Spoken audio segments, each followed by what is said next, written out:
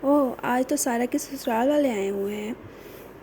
اور حاجرہ اس بات پہ ماں پارا کا منہ دیکھتا رہ جاتی ہے اور سارا بتاتی ہے کہ یہ میری دوست ہے، بہت ہی اچھی دوست ہے۔ اور حاجرہ کہتی ہے مجھے اس سے مل کے بہت زیادہ خوشی ہوئی، جبکہ ماں پارا کہتی ہے مجھے اس سے مل کے کوئی خوشی نہیں ہوئی۔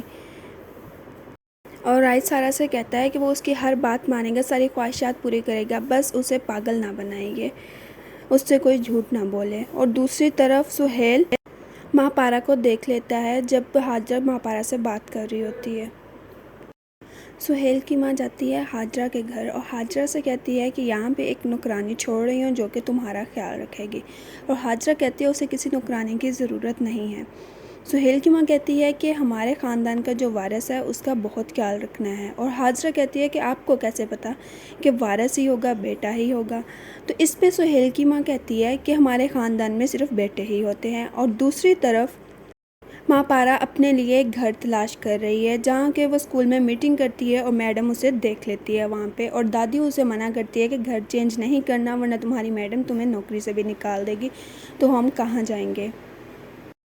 سہیل حاجرہ سے کہتا ہے کہ تم نے مجھ سے جھوٹ کیوں بولا جبکہ ماں پارا زندہ ہے، میں نے تمہیں آج ہی ماں پارا کے ساتھ دیکھا ہے۔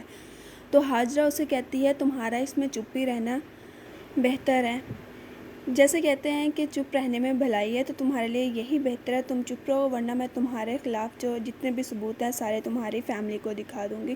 اور سہیل جو ہے وہ اپنی امی سے بھی اسی بات پہ لڑتا ہے۔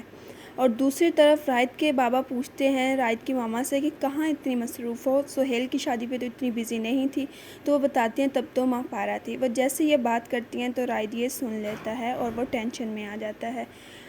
اس دن راحت کی انگیجمنٹ ہوتی ہے اور راحت انگیجمنٹ کے دوران اپنی انگیجمنٹ وہیں چھوڑ کے چلا جاتا ہے کیونکہ اس کے مائنڈ میں ساری وہی باتیں گھوم رہی ہوتی ہیں۔